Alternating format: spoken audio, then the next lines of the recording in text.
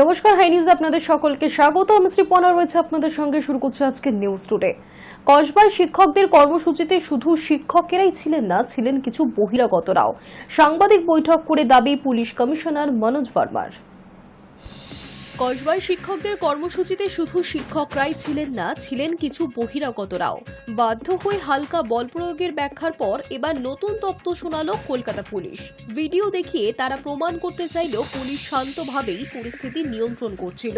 বিক্ষোভকারীরাই প্রথমে পুলিশকে হেনস্থা করেছেন। পুলিশ কমিশনার মনোজ ভার্মার মন্তব্য, শিক্ষকেরাও যে পুলিশকে মারবেন এটা আমরা আশা করিনি। বুধবার জেলায় জেলায় ডিআই দপ্তর অভিযানের ডাক দিয়েছিলেন চাকরিহারারা। কসবার ডিআই দপ্তরেও জড়ো হয়েছিলেন অনেকে। তারা চেয়েছিলেন স্কুল পরিদর্শকের সঙ্গে দেখা করে তার হাতে স্মারকলিপি তুলে দিতে, কিন্তু স্কুল পরিদর্শক দপ্তরে ছিলেন না। এই নিয়েই ক্ষোভ উগরে দেন চাকরিহারারা। পুলিশের সঙ্গে সংঘর্ষ হয় তাদের। সেই পরিস্থিতিতেই একটি ভিডিও ঘিরে শোরগোল পড়ে যায়, যেখানে দেখা গিয়েছে এক বিক্ষোভকারীকে লাথি মারছেন এক পুলিশ আধিকারিক। পরে জানা যায় ওই পুলিশ আধিকারিকের নাম রিটন দাস, তিনি কসবা থানার এসআই। সেই ভিডিও ঘিরেই জোর বিতর্ক শুরু হয়েছে। সেই বিতর্কের পরিস্থিতিতেই শুক্রবার সিপি মনোজ ভার্মা জানান, শিক্ষকদের কর্মসূচি ছিল বলে সেই মতো ব্যবস্থা নেওয়া হয়েছিল, কিন্তু শিক্ষকেরা সেখানে অশান্তি করবেন, হিংসাত্মক হয়ে পড়বেন, এটা তারা আশা করেননি।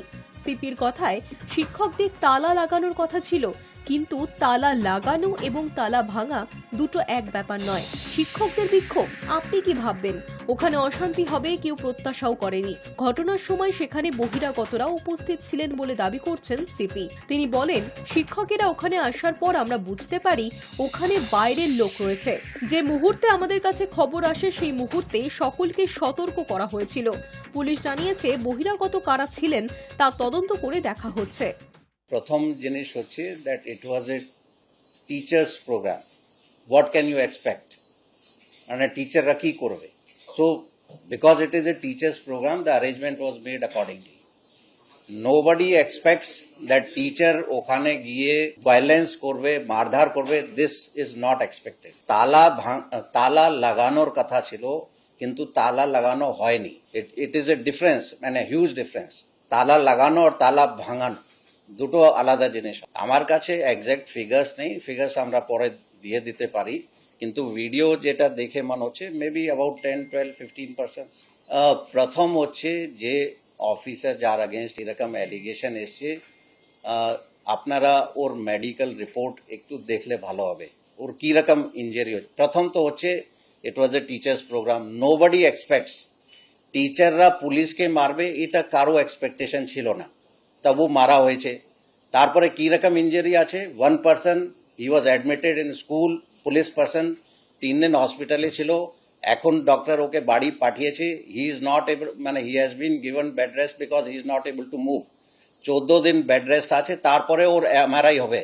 ও নর্মাল কতদিন হাঁটতে পারবে এটা তো পরে প্রশ্ন আসবে, কিন্তু এইরকম এক্সপেক্টেড আছে কি, মানে টিচাররা এইভাবে কোনো পুলিশ পার্সনকে মারবে? This is first. সেকেন্ড, যে অফিসারের এগেনস্ট অ্যালিগেশন বলা হচ্ছে, ওর ইঞ্জুরি গ্রয়েন এরিয়াতে আছে, চেস্টে আছে, ওর কানের উপর চড় মারা হয়েছে। ইয়ার ড্রাম যদি ওর ইঞ্জুরি হতো তাহলে কে দায়ী থাকতো? ওর চশমা যেটা পড়া আছে, চশমা ব্রোকেন। ওর চোখে যদি কোনো ইঞ্জুরি যদি হতো তাহলে কে দায়ী? মানে এখনো পর্যন্ত কেউ দায় নেয়নি।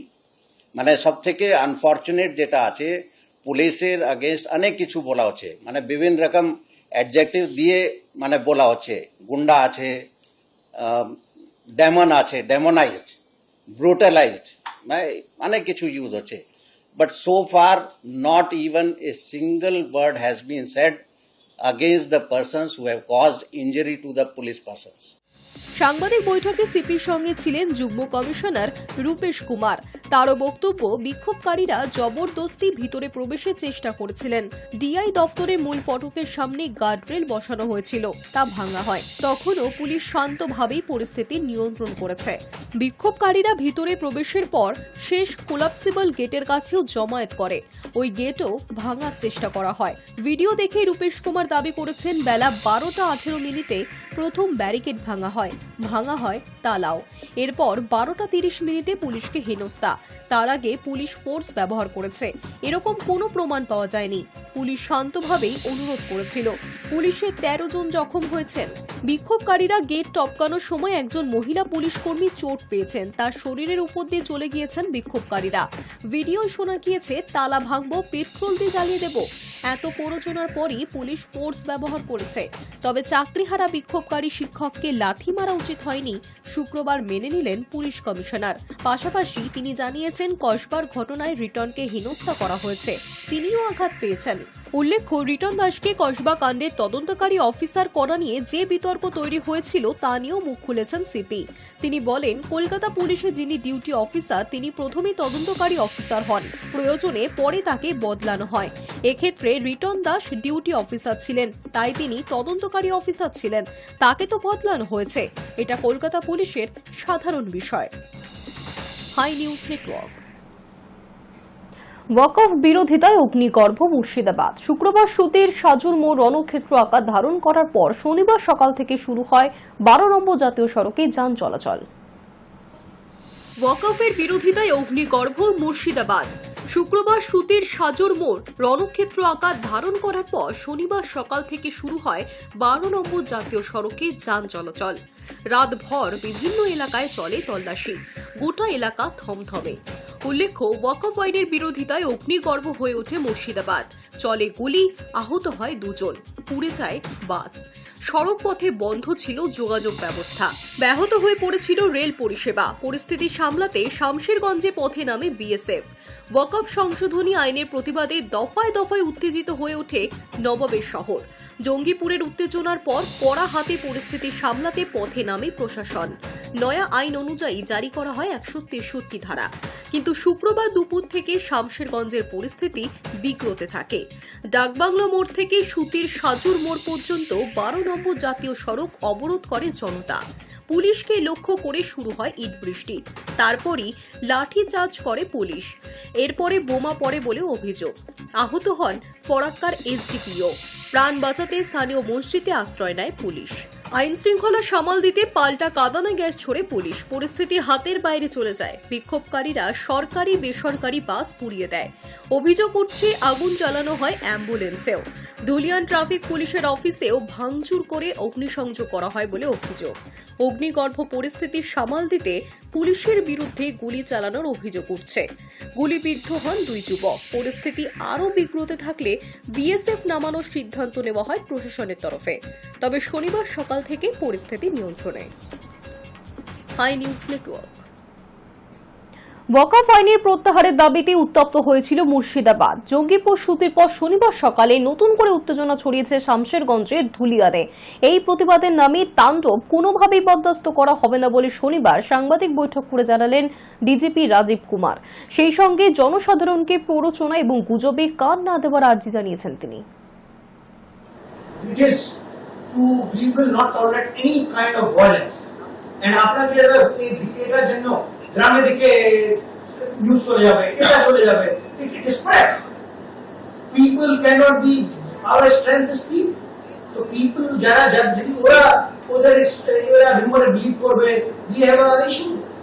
It is not, again I said, it is not a question of taking credit or taking this thing.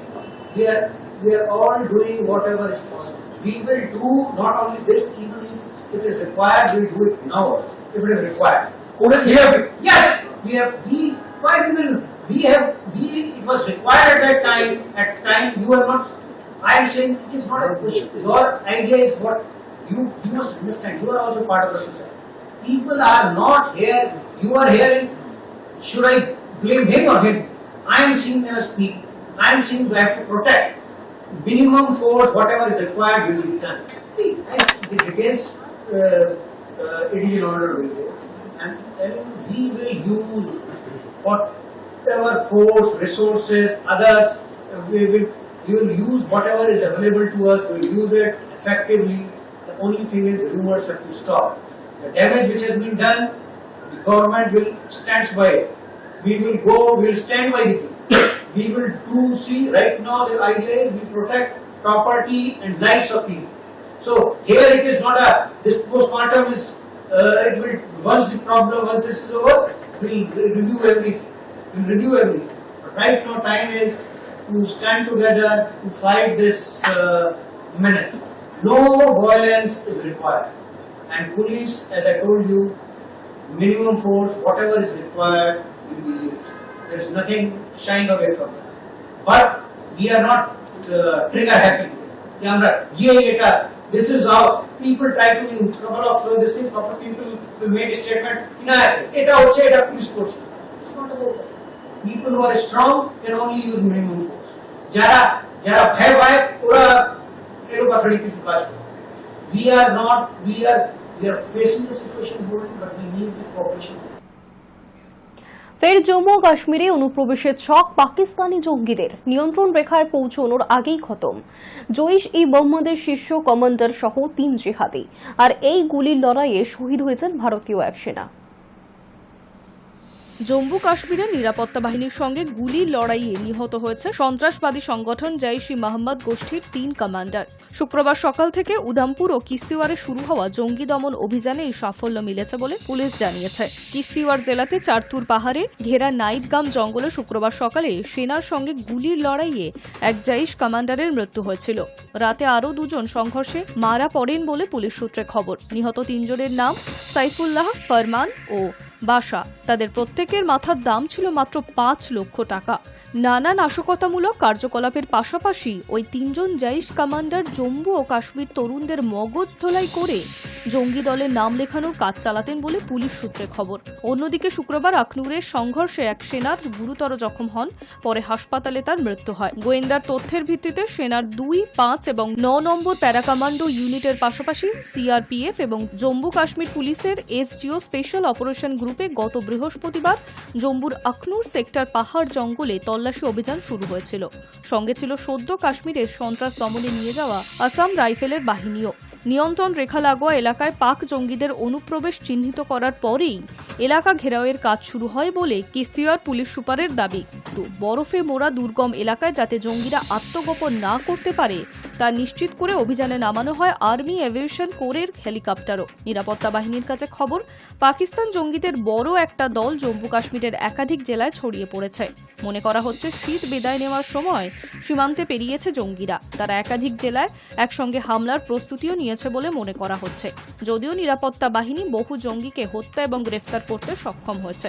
গত মাসের গোড়ার দিকে দফায় দফায় সংঘর্ষ চলেছে জম্মু ও কাশ্মীরে। Hi news network. সম্প্রতি বড় পর্দায় মুক্তি পেয়েছে পরিচালক সৃজিত মুখার্জির কিল বিল সোসাইটি। কেমন হলো ছবিটি দেখুন। বাইবেল থেকে ধার করে নায়কের কথায় এমন ashes to ashes, dust to dust প্রেম যদি নাই করতে পারলাম তাহলে আর কি করলাম। সৃজিত মুখোপাধ্যায়ের কিল বিল সোসাইটির নায়ক মৃত্যুঞ্জয় কর ওরফে আনন্দ কর বাস্তবের পরমব্রত চট্টোপাধ্যায় বেঁচে থাকা সায়ান্নে এসে এই কথা বলে তার প্রেমিকা পূর্ণাকে। সিরিয়াল কিলিং, মার্ডার নয়, বরং চিরন্তন প্রেমের কথা বলে কিল বিল সোসাইটি। যে প্রেম প্রত্যাহিকতায় মরে যায় না, যে পতঙ্গ আবেগ নেবে না আমৃত্যু। এই বৈশাখে তাই প্রেমের ঝোড়ো হওয়ার জন্য তৈরি হন। কিল বিল সোসাইটি বোধহয় পরিচালক সৃজিত মুখোপাধ্যায়ের এখনো পর্যন্ত সবচেয়ে ব্যক্তিগত ছবি। ইনফ্যাক্ট এই ছবি দেখার পর মনে হয়েছে সৃজিত কেবল নিজের জন্যই ছবি করেন। সৃজিত মুখোপাধ্যায়ের সব ছবিতে একটাই নায়ক, তার প্রিয় পুরুষের আর্কিটাইপ।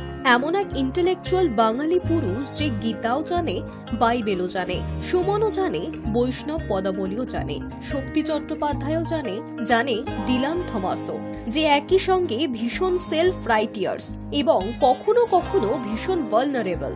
এই পৃথিবীর সব কবিতা, গান, ফিলোসফি থেকে ফিজিক্স এবং ফিজিক্যালিটি তার সিদ্ধ হস্ত। সে জানে সার্কাজম, সে জানে জীবনের সারসত্য, সে জানে আপার হ্যান্ড নিতে, সে জানে নত জানুও হতে। ছবিতে কন্ট্রাক্ট কিলার মৃত্যুঞ্জয় কর পূর্ণাকে কবিতা শোনায়, do not gentle into that good night. নিজের প্রেমের স্বীকারোক্তিও করে, আবার নায়িকাকে এও বলে আপনি অনেকটা আমার মতো, আমার মতোই প্রায় মারকাটারি সেন্স অফ হিউমার। প্রত্যেক কথায় মুতর জবাব। এই নায়ক নিজেই নিজের গুণগান করে এবং নায়িকা তার মনের মতো হলে তবেই প্রেমের খেলায় স্কোর হয়। এই ছবিতে পরিচালক তাই নায়িকার চরিত্র এমন ভাবে তৈরি করেছেন যাতে সে যেন তার প্রিয় পুরুষের সমান সমান হয়ে ওঠে। হয়েছেও তাই। গোটা ছবি জুড়ে ফ্ল্যাশব্যাকের মধ্যে চলে আনন্দ এবং পূর্ণার তুতু ম্যায় ম্যায়। দেখতে দেখতে মনে হয় কিলবিল সোসাইটিতে যে নানান ইস্যু উঠেছে, যেসব শব্দের কয়েনেজ হয়েছে, যেমন Instagram influencer, video tape viral, toxic boyfriend, slut shaming, male gaze, virtual আদালত, এই সবকিছুই আসলে এই অসময়ের পৃথিবীতে সৃজিত সৃষ্ট কাঙ্ক্ষিত পুরুষ এবং নারীর দেখা হবে, কথা হবে, তর্ক হবে এবং প্রেম হবে বলে।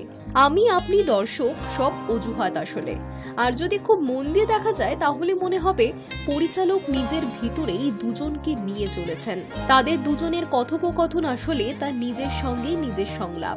কারণ পরিচালক নিজের কাজের কিংবা নিজের তৈরি করা চরিত্রদের ক্রিটিক করেছেন এই চরিত্রদের মাধ্যমে। যদি সৃজিত মুখোপাধ্যায়ের ছবিতে প্রেম নিয়ে প্রশ্ন করা হয় তাহলে উত্তর কি হবে? কিলবিল সোসাইটির নায়িকা পূর্ণাই বলে দিচ্ছে প্রেম নিয়ে অত্যন্ত মিসপ্লেসড, ন্যাকা ভুলভাল ধারণা আপনার। নায়ক তার উত্তরে মেনে নেয় নাকি পরিচালক মেনে নিয়ে বলেন আপনি শুধু কথা বলবেন আর আমি শুনবো। আজীবন কারোর কথা শোনা যায় এমন নারীর খুঁজে থাকে এই ছবির অন্তরাত্মা। আর সেই নারীর অন্বেষণে তার সমস্ত নায়করা লাইট হাউসের মতো একাকী অপেক্ষারত। সৃজিতের সব নায়ক হতে চায় শার্লক হোমসের মতো, আর সে পথ চেয়ে থাকে আইরিন অ্যাডলারের মতো ডমিনেট্রিক্সের সঙ্গে দৌড়থের। অর্থাৎ সেখানে সংঘাত, আর যেখানে সংঘাত সেখানে হার জিত, সেখানে প্রেমে হঠাৎ বিচ্ছেদ। এমন প্রেমের আকর্ষণ দুর্বার হলেও অভিজ্ঞতা বলে এই হলো আমাদের টক্সিসিটির প্রতি টান। এই প্রেম পরস্পরকে যথেষ্ট সম্মান করতে পারে না, শান্ত করতে পারে না। আর তাই সিনেমা প্রেম দৈনন্দিন জীবনের মধ্যে পড়ে সাংসারিক হয়ে ওঠার আগেই সেটাকে অমর করে দেওয়ার চেষ্টা করে চলে আজীবন। তেমনই এক অমরত্বের বাঁধনে বাধা পড়তে চায় সৃজিতের নায়ক। তাই এই ছবি আসলে পরিচালকের প্রিয় চরিত্র, প্রিয় কবিতা, প্রিয় গান, প্রিয় সিনেমা, প্রিয় দ্বন্দ্ব, প্রিয় পাজল ও তার উত্তর পাওয়া না পাওয়ার উইশ ফুলফিলমেন্ট। এখানে আমার আপনার জীবনের বাস্তব নেই। আমাদের পৃথিবীতে মানুষ মরতে আর কন্ট্রাক্ট কিলার লাগে না, আমরা এমনিতেই আধমরা। আমাদের প্রেম, আমাদের ভালোবাসার দৈনন্দিন ওঠানামার ক্রাইসিস অনেক সাংসারিক, এবং সাংসারিক বলেই কিন্তু সেটাকে হীন মনে করার কোনো কারণ নেই। এসব ভাবনা ছিল কলেজে পড়ার সময়, যখন প্রেমের সংজ্ঞা ছিল ব্রাইট স্টারের মতো ইন্টারনাল। ফলে আমাদের বাস্তবের সঙ্গে কিলবিল সোসাইটির যেটুকু যোগ তা অলংকার মাত্র। তাই এই ছবি দেখে কেউ যদি পূর্ণার মতো -2 দেন, দিতেই পারেন, আবার কেউ হয়তো 10-এ 10ও দেবেন। তবে ছবি দেখতে দেখতে যে কটা গান শোনা যায় তার মাঝে জিরিয়ে নেওয়ার মতো আরাম পাওয়া যায়। সৃজিত মুখোপাধ্যায়ের ছবিতে গান সবসময় স্ট্যান্ড আউট করে। আর এই নতুন কথা কি, বাকিটা জানতে হলে দেখতে হবে সিনেমাটা। I news network. অতীতে ঘরের মাঠে হার মনে রাখতে চায় না বাগানের কোচ। বেঙ্গালুরুকে হারিয়ে আইএসএল এর কাপ জেতাই এখন মোহনবাগানের উদ্দেশ্য। ঠিক 2 বছর আগে আইএসএল এর কাপ সেমিফাইনালে মুখোমুখি হয়েছিল মোহনবাগান এবং বেঙ্গালুরু। সেই ম্যাচে ট্রাইবেকারে বেঙ্গালুরুকে হারায় মোহনবাগান। শনিবার আইএসএল এর কাপ সেমিফাইনালে আবারও মুখোমুখি সেই দুই দল। সুনীল ছেত্রীদের সামনে সুযোগ প্রতিশোধ নেওয়ার। তবে 2 বছর আগে ফাইনালে জিতেছিলেন বলে শনিবারও জিতবেন এমনটা মোটেই ভাবছেন না বাগানের কোচ হোসে মলিনা। তিনি অতীত নিয়ে ভাবতে নারাজ। শুক্রবার নিউ টাউনে একটি হোটেলে যৌথ সাংবাদিক বৈঠক আয়োজন করা হয়েছিল। বেঙ্গালুরুর কোচ এবং ফুটবলার গুরপ্রীত সিং সন্ধুর সামনেই মলিনা বলেন, অতীত নিয়ে ভাবছি না, ওসব কোনোদিনই পাত্তা দিই না। আপাতত কালকের ম্যাচটা কি হবে, জিতবো সেটাই ভাবছি। লিগশিল্ড ইতিমধ্যেই জিতেছি, কাপ জেতার জন্য আপ্রাণ চেষ্টা করব। গত মৌসুমে কি হয়েছিল সেটা আমার মাথায় নেই। মলিনার ডান দিকে বসেছিলেন অধিনায়ক শুভাশিস বসু। তিনি কোচের সুরেই সুর মিলিয়ে বলেন, গতবার যা হয়েছে সেটা বদলে দেওয়ার সুযোগ আমাদের কাছে নেই, তবে এখন কালকের ম্যাচেই ফোকাস করছি। আগেরবার মুম্বাইকে প্রতিপক্ষ হিসেবে পেয়েছিলাম, এবার বেঙ্গালুরু, আলাদা প্রতিপক্ষ, আলাদা ভাবনা রয়েছে। তাই অতীতকে নিয়ে না ভেবে বর্তমান ভাবাই ভালো। লিগশিল্ড জেতার পর অনেক দলের মধ্যেই একটা গা ছাড়া মনোভাব দেখা যায়। এ কারণে এখনো পর্যন্ত মুম্বাই সিটি এফসি বাদে কোনো দল একই মরশুমে লিগ শিল্ড এবং কাপ জিততে পারেননি। শনিবার মোহনবাগানের সামনে বিরল ডবল করার সুযোগ। মলিনা জানিয়েছেন তাদের অনুপ্রেরণায় যথেষ্ট। মোহনবাগানের কোচের কথায় অনুপ্রেরণার কোনো অভাব নেই। আমরা এই ব্যাপারে সবার ওপরে, বরং আগের বারের থেকে বেশি অনুপ্রাণিত। লিগ শিল্ড জিতেছি, কঠিন সময়ে সেমিফাইনাল জিতে এসেছি। এখন আমাদের আর একটাই কাজ, ট্রফি জিতে মোহনবাগানের ইতিহাসে প্রথমবার ডবল করা। এর থেকে বেশি অনুপ্রেরণা আর কি হতে পারে? সেই ইতিহাসের সামনে কাটা বেঙ্গালুরুই, সেটা ভালো করেই জানেন মলিনা। তাই প্রতিপক্ষকে কোনো অংশে ছোট করে দেখতে চাইছেন না। গ্রুপ পর্বেই বেঙ্গালুরুর কাছেই প্রথম পর্বে হারতে হয়েছিল তাকে। বলেন, বেঙ্গালুরুকে আমরা যথেষ্ট সমীহা করছি, ওরা দারুণ দল, গোটা মরশুমে সেটা প্রমাণ করেছে। খুব কঠিন খেলা হবে, তবে আমাদের পরিকল্পনা রয়েছে, সেটা এখানে বলা যাবে না। তার সংযোজন, ওদের দর্শন, ফুটবল খেলার কৌশল আলাদা, তবে কোনো আলাদা ফুটবলারকে নিয়ে কখনো মাথা ঘামাই না। সব প্রতিপক্ষই আমার কাছে সমান। ফাইনালে খেলতে গেলে প্রতিপক্ষের কথা মাথায় রাখলে চলে না। শনিবার যুবভারতী ক্রীড়াঙ্গনে আবারও ভরে যাওয়ার সম্ভাবনা রয়েছে। 60,000-এর কাছাকাছি দর্শক আসবেন খেলা দেখতে। মলিনার মতে এটা তাদের কাছে অনুপ্রেরণা। বলেছেন, আমাদের কাজ হলো সমর্থকদের খুশি করা। আমাদের সমর্থকরা সবসময় জয় চান। ভালো খেলেও হেরে গেলে কোনো মানেই নেই। জিততে হবে, সেটা 1-0 হোক বা 5-4, যেভাবেই হোক সেটা করতে হবে। তার সুরে সুর মেলালেন শুভাশিস। বলেছেন, ঘরের মাঠে সমর্থকদের সামনে খেলা বারবারই আনন্দের। কাল আপনারা মাঠ ভরিয়ে আসুন এবং আমাদের জয়ের সাক্ষী থাকুন, এটাই চাই। Hi news network. শ্রদ্ধেয় গুরু পদ্মবিভূষণ শ্রী কেলুচরণ মহাপাত্রর 21তম মৃত্যুবার্ষিকী উপলক্ষে গত 7 এপ্রিল অনুষ্ঠিত হল গুরু শরণম 2025। প্রতি বছরের ন্যায় এবারও কলকাতার প্রখ্যাত নৃত্যশিক্ষা প্রতিষ্ঠান সৃজন ছন্দ শ্রদ্ধেয় গুরু পদ্মবিভূষণ শ্রী কেলুচরণ মহাপাত্রর 21তম মৃত্যুবার্ষিকীতে উৎসর্গীকৃত একটি সন্ধ্যা গুরু শরণম 2025 প্রদান করল। জাঁকজমক ও নিষ্ঠার সঙ্গে উপস্থাপিত এই অনুষ্ঠানটি ছিল ঐতিহ্য, শিল্পকলা এবং ওড়িশি নৃত্যের কিংবদন্তি শিল্পীর প্রতি আন্তরিক শ্রদ্ধার এক উল্লেখযোগ্য সঙ্গম। অর্কদেব ভট্টাচার্যের সুন্দর বক্তৃতার মাধ্যমে শুরু হয় অনুষ্ঠান, যা স্মরণীয় সমাবেশের জন্য এক অনবদ্য সুর তৈরি করে। গুরু গীতাচন্দ্রন, সুজাতা মহাপাত্র এবং লুনা পোদ্দার সহ সম্মানিত অতিথিদের উপস্থিতি এই অনুষ্ঠানে মর্যাদার আভা যুক্ত করেছিল। উদ্বোধনী পুষ্পাঞ্জলি এবং সংবর্ধনা অনুষ্ঠানে তাদের সদয় অংশগ্রহণ গুরু কেলুচরণ মহাপাত্রের উত্তরাধিকারের প্রতি তাদের গভীর শ্রদ্ধার প্রতিফলনও ঘটায়। প্রত্যেকটি অনুষ্ঠানই দর্শকদের উপর একটি অবিস্মরণীয় ছাপ ফেলেছে। সুজাতা মহাপাত্রের মাণিক্য বীণা এবং সখীহের উপস্থাপনায় ছিল প্রযুক্তিগত সূক্ষ্মতা এবং আবেগপূর্ণ গভীরতার এক দুর্দান্ত সমন্বয় প্রদর্শন, যা তার গুরুর কালজয়ী শিল্পকলা স্মৃতি জাগিয়ে তোলে। গুরু গীতাচন্দ্রনের উপস্থাপনায় ঋতু সংহারের শ্লোকগুলি ছিল, যা বসন্ত ঋতুর প্রাণবন্ত সারমর্মকে ধারণ করে। তারপর বাল্মীকি রামায়ণ থেকে সীতার প্রতি রাবণের মোহের একটি আকর্ষণীয় চিত্র, একটি অভিনয় যা কাব্যিক তীব্রতার সাথে অনুরণিত হয়। এরপর সৃজন ছন্দে শিক্ষার্থীরা অভিনয় ঐতিহ্য এবং উদ্ভাবনের একটি নিখুঁত মিশ্রণ প্রদর্শন করে। রাজীব ভট্টাচার্যের পরিচালনায় কস্তুরী তিলকম ছিল ভগবান শ্রীকৃষ্ণের একটি মন্ত্রমুগ্ধকর প্রার্থনা, যা জটিল পদচারণা এবং উদ্দীপনামূলক অভিনয়ে সমৃদ্ধ। নাদবিলাস ঐতিহ্যবাহী বীণাকে সেতার দিয়ে প্রতিস্থাপন করে ওড়িশিতে সঙ্গীতের অভিব্যক্তিটিকে নতুন করে সংজ্ঞায়িত করে, যা একটি নতুন অথচ গভীর শ্রবণ অভিজ্ঞতা তৈরি করে। আরেকটি আকর্ষণীয় পারফরমেন্স ছিল মীরা ভজন, যা প্রাথমিকভাবে গুরু শ্রীমতী শর্মিলা বিশ্বাস দ্বারা নির্দেশনা করা এবং পরবর্তীতে শ্রী রাজীব ভট্টাচার্যের পুনরায় আধুনিকরণ করা। অনুষ্ঠানের সন্ধ্যাটি কেবল একটি পারফরমেন্স শোই নয়, ভারতীয় শাস্ত্রীয় নৃত্যে গুরু কেলুচরণ মহাপাত্রের অবিস্মরণীয় প্রভাবের প্রতি গভীরভাবে মর্মস্পর্শী শ্রদ্ধা ছিল। দীর্ঘস্থায়ী সুর ও উদ্দীপনামূলক পারফরমেন্স একটি অবিস্মরণীয় ছাপ ফেলেছে, যা গুরুজির শিক্ষার কালজয়ী শক্তি ও ওড়িশি বিশ্বের ঐতিহ্য ও উদ্ভাবনের মধ্যে অবিচ্ছেদ্য বন্ধনকে পুনরায় নিশ্চিত করে। Namaskar. I'm Srimati Sujata Mahapatra. I'm the daughter-in-law of Padma Vibhushan Guru Sri Kelucharan Mahapatra. Today is a very, very special day for all of us, all the dancers. Guruji's 21st death anniversary we are celebrating. Rajiv Bhattacharya, who is the disciple of Ratikant Mahapatra, and myself also. He has organized this festival for Guruji, for the remembering of Guruji, to tribute Guruji. Today I will be performing one Mangalacharan, Manikya Veena, which is dedicated to goddesses Martandi, and it will be followed by Astakadi, Sakhi Hai Keshi Mathanam, written by poet Jayadev.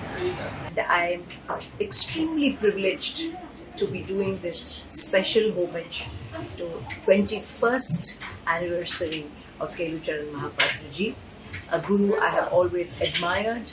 I've had the opportunity to watch him extensively on stage and had innumerable interactions with him, and each time have come back in awe of his talent, of his scholarship, and of his being a complete artist. এই দিনটা আমাদের কাছে একটা বিশেষ দিন, কারণ এই দিনগুলো যে আমাদের ছেলে তার পরলৌকিক যাত্রা তিনি শুরু করেন। তো এই দিনটা আমাদের কাছে স্মরণীয় করে রাখার জন্য প্রত্যেক বছর সৃজন ছন্দ আমার ইনস্টিটিউশন আমরা একটা ক্লাসিক্যাল ডান্স ফেস্টিভ্যাল করে থাকি। আজকে সৃজন ছন্দ যাকে ছোট্ট থেকে মানুষ করেছে রাজীব ভট্টাচার্য, আমাদের কাছে রাজীব, কারণ যদিও আমাদের দুজনের ডান্স ফর্ম একেবারেই আলাদা, কিন্তু ডান্সই হয়। আর আমরা খুব ছোট থেকে পাদাতিকে আমাদের গুরুজি মহারাজজি আর কেলুচরণজি গুরুজি সবাই যে একসাথে ছোট থেকে বেড়ে ওঠা আর কি। আমাদের দুটো ডিপার্টমেন্ট ছিল, একটা ওডিসি একটা কথক। সো সেই জন্য আমাদের অনেক অনেক অনেক বছরের পরিচিত, অনেক বছরের বন্ধুত্ব। আজকে আমি এই শোতে যে আমার কোরিওগ্রাফিটা হবে সেটা হচ্ছে অষ্টনায়িকা। সবাই জানেন অষ্টনায়িকা আমাদের 8টা নায়িকা অনুযায়ী, পরপর 8টা নায়িকা, কিন্তু 8টা গানের ওপর আধারিত। আর মিউজিক ডিজাইন করেছেন শ্রীজয়ন্ত ব্যানার্জি, আর গানগুলো গেয়েছেন দেবাশিস সরকার। অষ্টনায়িকা একটা সুন্দর অভিনয় অংশ অ্যাকচুয়ালি বলতে পারি, নাচ তো তার মধ্যে আছেই, কিন্তু এটা বেসিক্যালি একটা অভিনয় অংশ। Hi news network. News today এখনকার মতো এই পর্যন্তই। দেখতে থাকুন হাই নিউজ, নির্ভীক নিরপেক্ষ।